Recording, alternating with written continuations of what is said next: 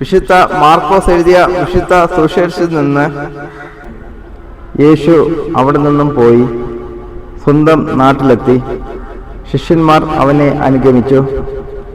Sabbath ദിവസം സിനഗോഗിൽ അവൻ പഠിപ്പിക്കാൻ ആരംഭിച്ചു. അവന്റെ വാക്ക് കേട്ട പലരും ആശ്ചര്യപ്പെട്ടു പറഞ്ഞു, ഇവന് ഇതെല്ലാം എവിടെ നിന്ന്? ഇവന് കിട്ടിയ ഈ ജ്ഞാനം എന്ത്? എത്ര വലിയ കാര്യങ്ങളാണ് ഇവന്റെ കരങ്ങൾ വഴി സംഭവിക്കുന്നത്.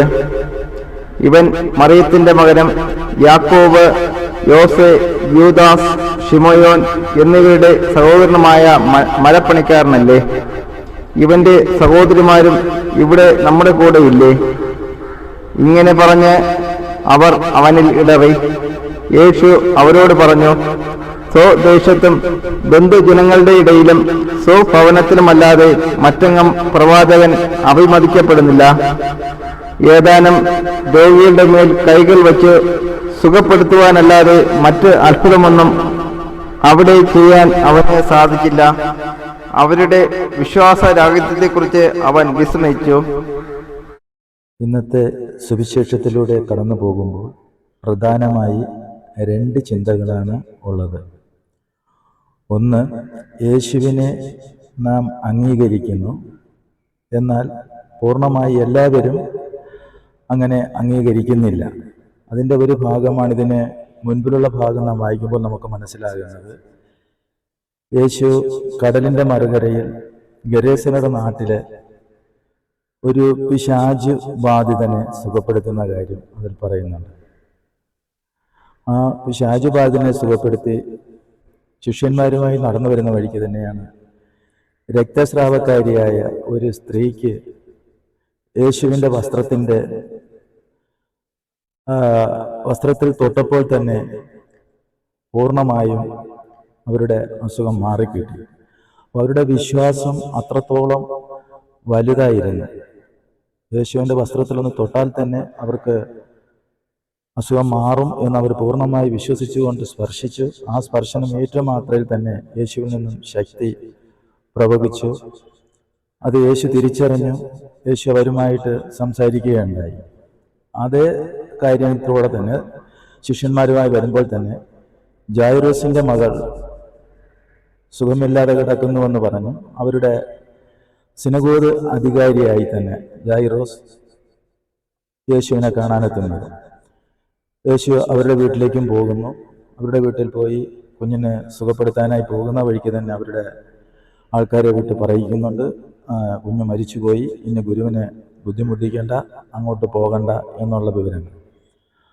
അപ്പോൾ യേശു പറഞ്ഞു, കുഞ്ഞ് മരിച്ചിട്ടില്ല, ഉറങ്ങുകയാണ്. അപ്പോൾ അവരെന്താ പറഞ്ഞത്? യേശു പറഞ്ഞ കാര്യത്തിൽ വിശ്വാസം അവർക്ക് ഇല്ലായിരുന്നു.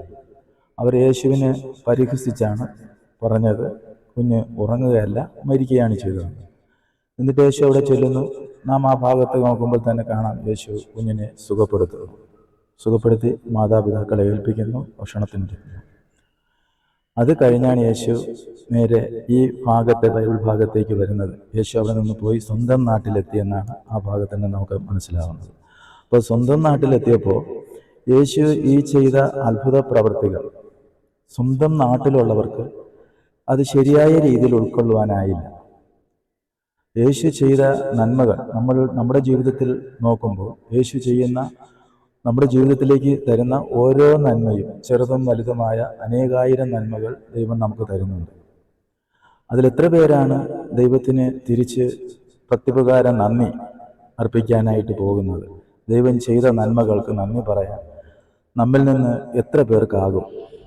എല്ലാവരും നമ്മൾ കിട്ടിയത് പോരാ, ദൈവം തന്നത് പോരാ, വീണ്ടും കുറെ കൂടെ വേണം എന്നുള്ള ആ അത്യാഗ്രഹത്തിലേക്ക് കടന്നു ചെല്ലുന്നതല്ലാതെ ദൈവം തന്നതിൽ നാം തൃപ്തരായിട്ട് ദൈവത്തിന് നന്ദി പറയാൻ നമ്മളെ കൊണ്ട് എത്ര പേർക്ക് സാധിക്കും?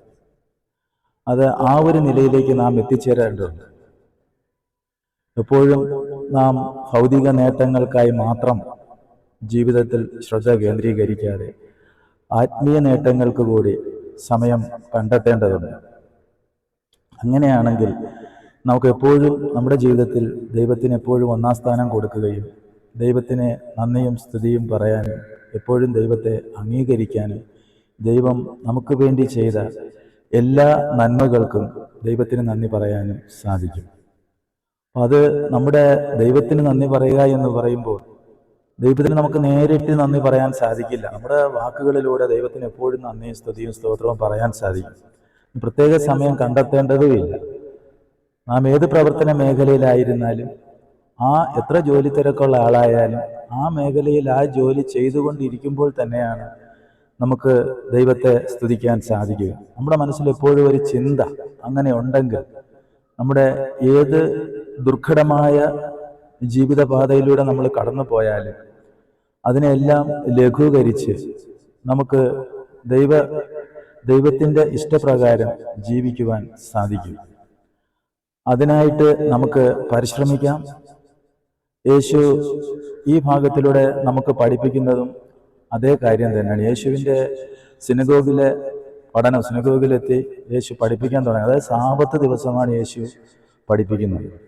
സാബത്ത് ദിവസം എന്ന് പറയുമ്പോൾ നമുക്ക് 6 ദിവസം ദൈവം അധ്വാനിക്കാനുള്ള ദിവസമായിട്ട് നമുക്ക് തന്നിട്ടുണ്ട്. 7-ാം ദിവസം നാം അതെല്ലാം മാറി ദൈവത്തെ ആരാധിക്കാനായിട്ട് തന്നിരിക്കുന്ന ദിവസമാണ് സാബത്ത് ദിവസം.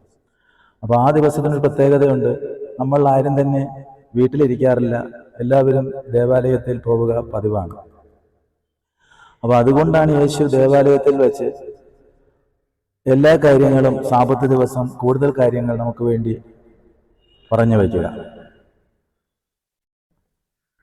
അപ്പോൾ ഓരോ വിശ്വാസത്തിൻ്റെ ജീവിതത്തിൻ്റെ നാഴികളിലൂടെ നമ്മൾ നടന്നു പോകുമ്പോഴും ഈ വിശ്വാസം ഇല്ലായ്മ, വിശ്വാസ രാഹിത്യത്തെക്കുറിച്ച് ദൈവം ഇതിൽ പറഞ്ഞു വയ്ക്കുന്നുണ്ട്. ഇത്രയും അത്ഭുതങ്ങൾ ചെയ്ത് കൂടെ നടന്ന ശിഷ്യരോടായാലും കൂടെ നടന്ന ജനക്കൂട്ടത്തോടായാലും ദൈവം ഇതെല്ലാം ചെയ്ത അത്ഭുതങ്ങൾ കണ്ടിട്ട് അവർ ഇത്രയും ജ്ഞാനം ഇദ്ദേഹത്തിന് യേശുവിനെ എവിടെ നിന്ന് കിട്ടി എന്ന് പറഞ്ഞുവെങ്കിലും അവർ അതിൽ വിശ്വസിക്കുന്നില്ല.